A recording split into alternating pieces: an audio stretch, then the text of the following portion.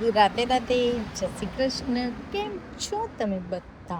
તમારા બધાનું સ્વાગત છે મારા ઇઝરાયેલી વ્લોગમાં. સો ગાઈસ, આજે દાદા બહુ જ ગુસ્સામાં છે, કેમ કે એમને બેસીને ટીવી જોઈ રહ્યું હતું તો દાદી અકરાયા કે આખો દિવસ બેસી નથી રહેવાનું, થોડું વોક કરવા જાઓ. તો અમે લોકો દાદાને લઈને હું નીચે આવી છું, પણ દાદા નીચે આવીને પણ વોક નથી કરતા, બેસી જ રહ્યા છે. આજે બહુ ગુસ્સામાં છે. મેં એમને કીધું થોડું ચાલો તો સારું છે, તમારા સેહત માટે સારું છે, પણ નથી ચાલતા.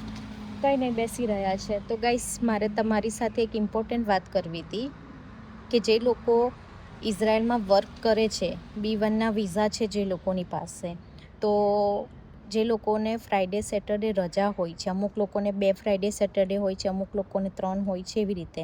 તો જે લોકોને ફ્રાઈડે સેટરડે હોય છે, તો એ લોકો શુક્ર શનિ જે બહાર વર્ક કરવા જાય છે, તો એના જે પૈસા આવે છે એ પૈસા તમે તમારા એકાઉન્ટમાં ડિપોઝિટ કરીને સેલરી તમે ઇન્ડિયા મોકલતા હોય તો એ કરવાનું આજથી બંધ કરી દેજો.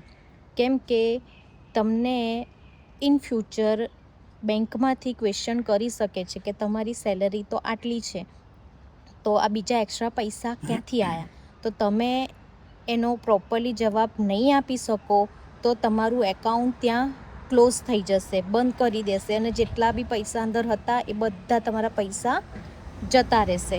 તો તમે એવું ના કરતા. તમે જો એક્સ્ટ્રા પૈસા બહારથી લાવતા હોય તો તમે મની એક્સચેન્જમાં જઈને પૈસા કરીને ઇન્ડિયા તમે ટ્રાન્સફર કરી શકો છો ગાઈસ. ઓકે. એન્ડ આજે વેધર બહુ સારું છે, ગરમી નથી એટલી. તો દાદા અને અમે બેઠા છે નીચે, પણ દાદા આજે ગુસ્સામાં છે એટલે કશું કહેવાય નહીં. કંઈ નહીં, ચલો ગાઈસ, થોડી વાર રહીને આપણે બધા મળીએ. તકેલી ચલો મનીષમાં. મારા દાદા તમને લોકોને હાઈ કહે છે ને પૂછે છે કેમ છો તમે લોકો. ચલો સ્માઈલ તો આપી દાદાએ નહીં તો દાદા બહુ ગુસ્સામાં હતા. પણ કંઈ નહીં, ચલો બધું સારું છે, થોડી વાર રહીને આપણે મળીએ.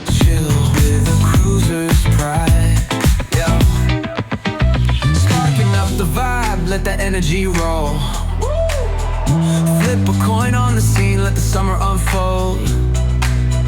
Snapping fingers at the homies, yup, we in control. So guys, દાદા તો વોક કરતા નથી કેમ કે વધારે પડતે ગુસ્સામાં છે.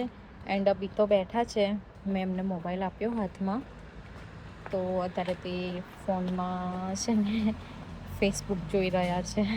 વેટ હું તમને બતાવું. જો ગાઈસ, દાદા બેઠા છે એન્ડ ફોનમાં ફેસબુક જોઈ રહ્યા છે. જો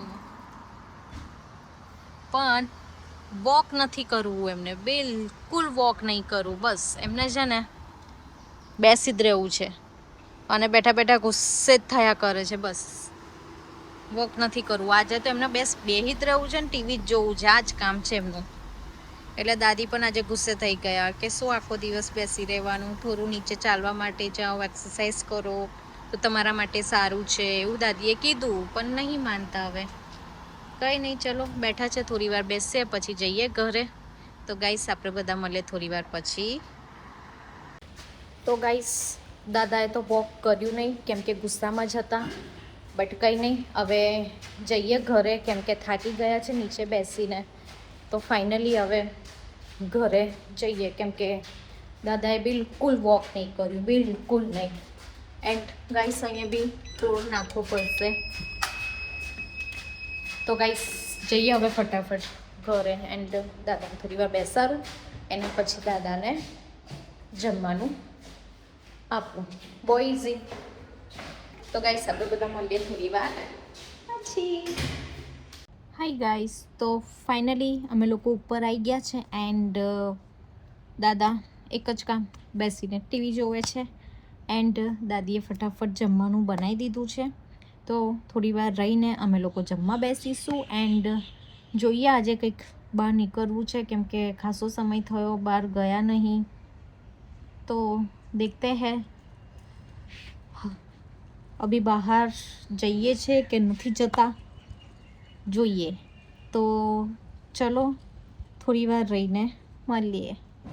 હાય ગાઈસ, તો ફાઇનલી અમે લોકોએ જમી લીધું છે એન્ડ મારા દાદા સૂઈ ગયા છે કેમ કે આજે મેં કીધું તું ને બહુ ગુસ્સામાં છે.